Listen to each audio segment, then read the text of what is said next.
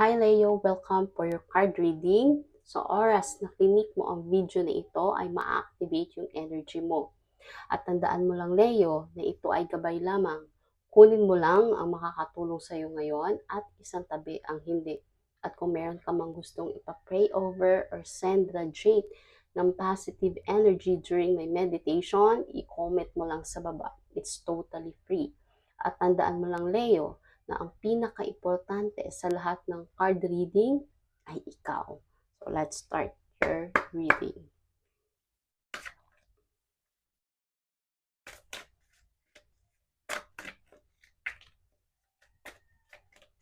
Oh, one only. Oh.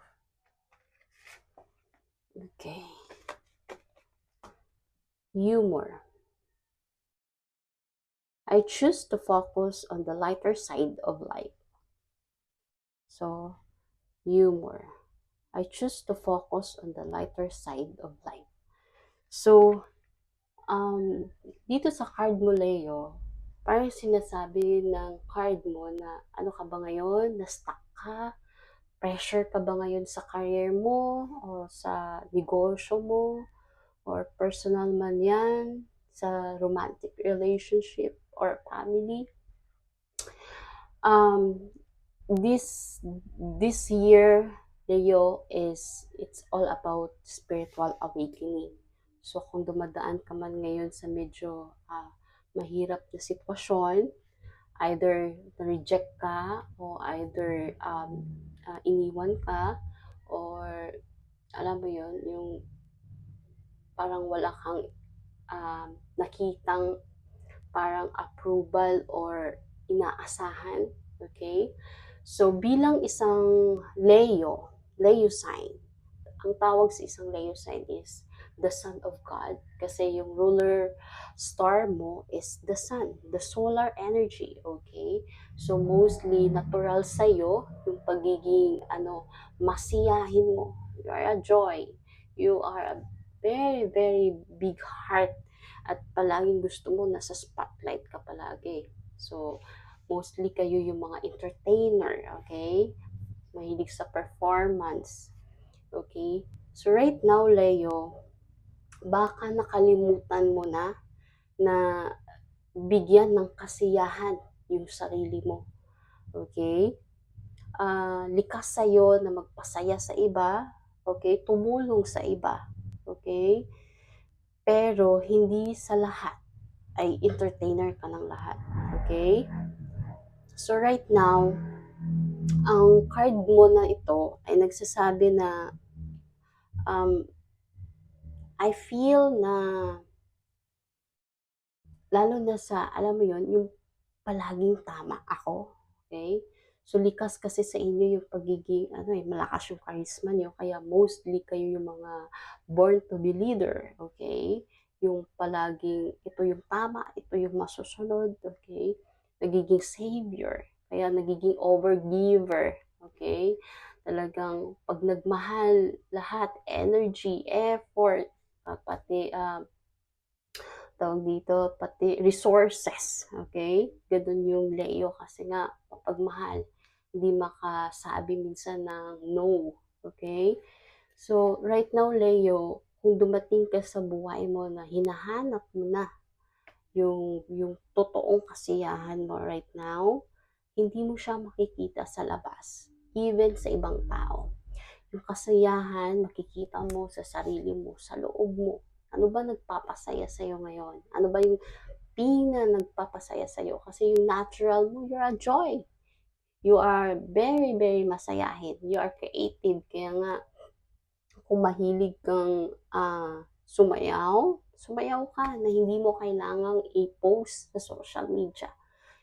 Gawin mo yung mga bagay, kung mahilig ka magkanta, magtanim, okay?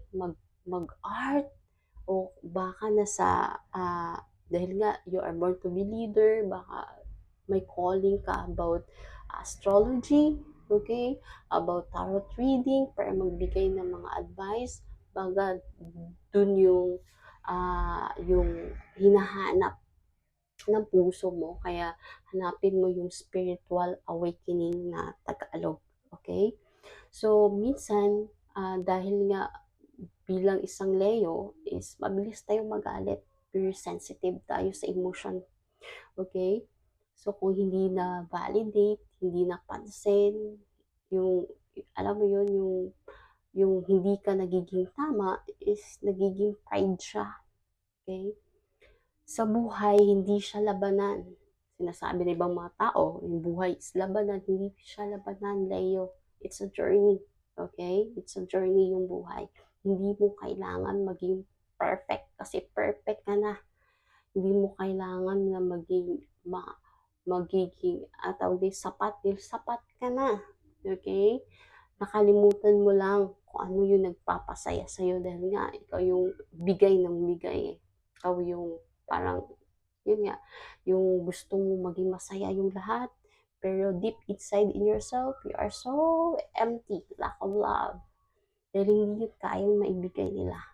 Ikaw lang ang makapagbibigay ng kasiyahan na yun. At minsan, hindi mali na magiging maamin sa sarili na may kahinaan ka.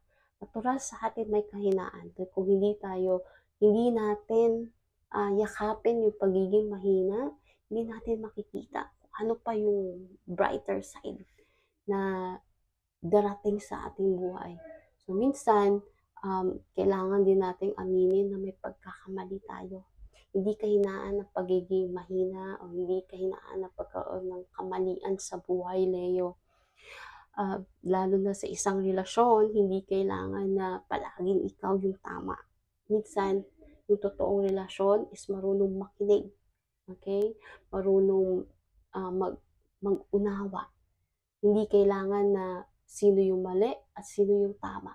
Yung pinaka-importante, yung matandaan mo kung bakit kayo nagsasama. Okay?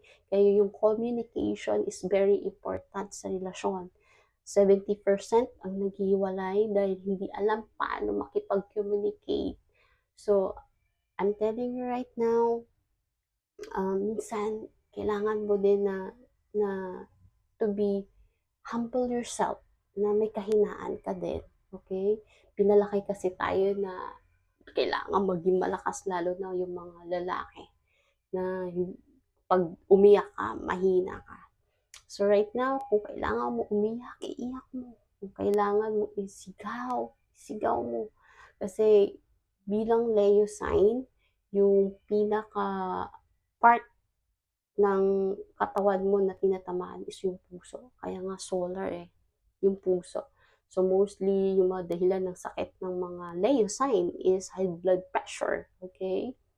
Dahil sa kinikimkim na, alam mo yun, na gustong palaging tama, oversensitive, mabilis magalit, okay? Gustong approve na ito yung tama, ito yung dapat, the control, nagiging savior, alam mo yun, yung ikaw yung taga-support sa lahat. Right now, sinasabi ng card mo na kailangan mo munang bigyan ng pag-unawa at kasiyahan yung sarili mo bago yung ibang tao, even your family. Okay? Hindi masama tumulong sa iba, pero kailangan mo alam mo kung ito ba'y nagpapasaya sa'yo o baka kailangan mo lang na i-validate yung sarili mo sa iba. Okay? So, yakapin mo yung sarili mong kahinaan. Minsan, kailangan mo din na aminin na nagkakamali tayo. Hindi mali ang pagkakamali. Okay? Dahil sa mali, doon mo makikita yung tama. So, go for meditation. Meditation, ibig sabihin, listening to God. Pray to God. Praying is talking to God. Go for silence. Kung kailangan mo magbakasyon ka. Kung kailangan mo magpagupit ka. Kung kailangan mo palinis ng kuko, magpalinis ka, magpamassage ka, bumili ka ng bago mong damit, okay? Yung bumili ka ng isang bagay na nagpapasaya sa'yo. Kung kailangan mo ng, ang tawag dito, i-develop yung sarili mo, magbasa ka ng mga libro about self-development. Okay? Ibigay mo yung kasayahan kahit kaunti sa sarili mo. Hindi mo kailangan maging perfect. Perfect ka na. Hindi mo kailangan maging sapat. Sapat ka na. Okay? Yung pagiging success sa buhay, yes, masarap magkaroon ng magandang bahay, sasakyan, perfect na romantic relationship, alam mo yun, successful na negosyo, pero deep inside, in our heart, yung nagpapasaya yung totoong nagpapasaya talaga is yung makilala mo kung ano talaga yung natural mo sa sarili mo nagpapasaya. Okay? May mga successful business o mga entrepreneur, pero makikita mo na merong emptiness sa kanila. At yung hinahanap nila is yun yung sarili din nila na kasiyahan. Okay? Right now, kailangan mong bumalik sa sarili mo. Okay? Ano yung nagpapasaya sa'yo? Balik mo yun. Okay? Kung kailangan mo i-set aside muna yung iba, go. Hindi yun selfness. Hindi yun pagiging selfish. Unahin mong mahalin, alagaan yung sarili mo dahil yan yung magiging pundasyon mo para mas more ka pang magbigay ng kasiyahan sa iba. At kung naguguluhan ka man ngayon sa punto ng buhay mo, baka on the way ka for spiritual awakening, hanapin mo ang spiritual awakening na Tagalog para mas more mong maintindihan. Okay, Leo? Ngayon, yung card mo, sinasabi ni God, lalo na Leo season ngayon, and happy birthday. Humor, ibalik mo yung kasiyahan mo. Natural sa'yo yun. You are a joy. You are a big heart. Okay? Kaya, ngayon, ibigay mo muna. Go for movie. Okay? Go for massage. At always pray to God. Go to silent. Okay? To listening to God na ano man yung mahirap na sitwasyon, kung stress ka or pagod ka na, balik mo lang yung kung ano yung nagpapasaya saya. Okay, Leo? Hindi mo kailangan maging perfect sa buhay. Hindi mo kailangang labanan ng buhay. It's a journey. Okay? At hindi mo kailangan palaging ikaw yung malakas. Kung kailangan umiyak, iiyak mo yan. Kung kailangan mo, ano yan, yung pag-iyak, hugas yan ang puso natin. It's a healing. Okay? And go for a nature. Connect to God. Connecting to nature is connecting to God. Magpakasyon ka kung kailangan. Okay? So happy birthday, and I'm praying for your joy na sana makita mo yun sa puso mo. Okay, Leo? So thank you so much, and see you for your next card.